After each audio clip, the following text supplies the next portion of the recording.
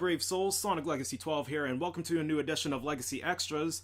Now, I do apologize that content's been pretty light as of recent here for the channel, but of course we are trying to work on getting things back in order, but bear with me.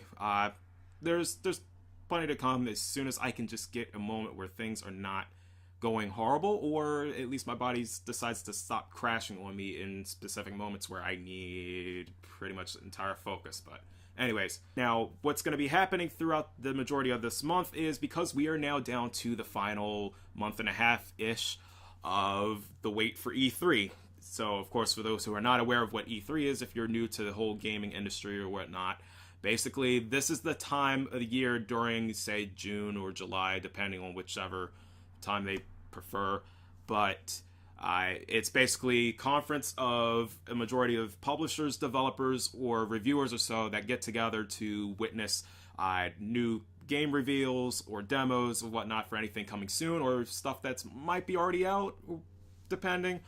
But also, of course, it does there is those moments where certain companies might want to go at each other's heads for that as well, such as, if anyone remembers, E3 2013, where it was also the kind of getting ready for the new consoles to be released.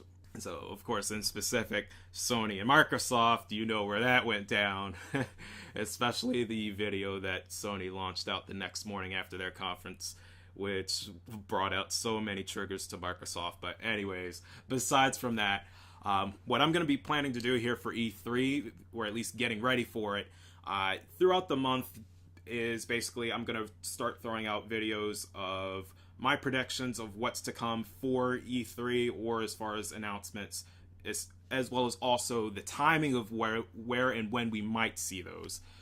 Now, I will do this in separate videos. However, I've only specifically on the exception of one, where I'm going to actually put two into that because one coincides with another. So that's how that's going to be handled. So let's go ahead and get into it. So the first one today, of course, let's just get it out there. Fortnite being announced for the Switch. Let's just admit it now. It's happening. It's a definite. Now, there's been rumors going around that E3 is probably the time where we might finally get a reveal for the Nintendo Switch edition of said Fortnite. Now, of course, the whole big scene about it right now is mainly the Battle Royale mode, which of course is at least 100 people battling it out, looting items, making sure you are the last to survive, or if you're doing the duo or squad, making sure your team is the last to live.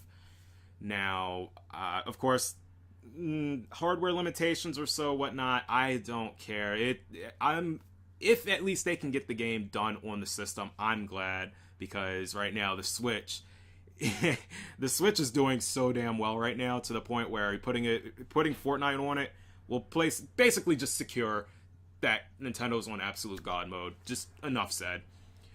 But now, as far as the time of when we're going to see it, it might be E3 after all that we'll get an announcement.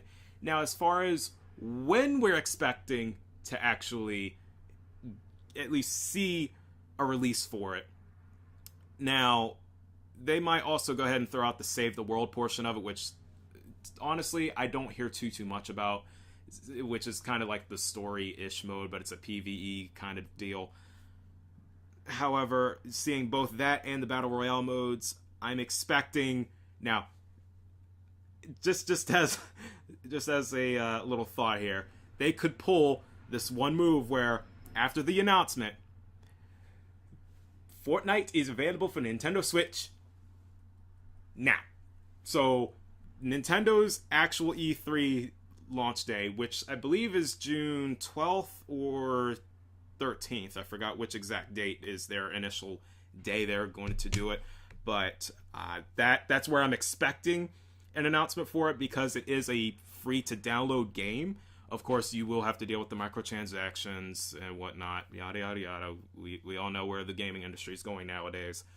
However, if in the event that they don't pull that kind of announcement, then I'm going to expect it to be after when Nintendo launches their online service, which is a paid subscription service. Now, $20 for a whole year is simple enough, so I'm not going to complain. But I'm going to assume maybe October, at least early October. They can't push it to the far end, or at least mid, because Black Ops 4 is waiting, as well as also Red Dead Redemption 2. So that's going to kill Nintendo if they put it in a time frame that really would not work for it at all. Because at that point, especially with rumors of Black Ops 4 actually having a Battle Royale mode, and then everyone's going to be so hyped for Red Dead Redemption 2, like, what's the point then? So as long as if Nintendo can get out their online service at least early enough to the point where, hey, we can actually have at least to a point where it still works despite the huge amount of games that are supposed to release around that said time, then hey, Nintendo's still golden, at least for a little while. But if they pull it in mid-June alongside with E3, or heck, if they put it anywhere between then or August, hey, that works too. So, of course, we'll just have to suffer with some iffy servers for the time being, but hey, I'm good. I'm good. And I'm pretty sure every Nintendo fan out there who wants to see Fortnite on there will probably agree. So with that, that's pretty much going to conclude my thoughts on the timing of when Fortnite should be expected to be revealed, and if it does happen, which that's almost clear as day that should not get passed up. That's definitely happening. So hope you like what you saw here today, and of course I'll go ahead and throw out a few more as time goes on, so expect a little more. It's going to be probably several few parts of it. I don't know an ideal point of how many, because many thoughts are coming in and you don't know just what to expect now.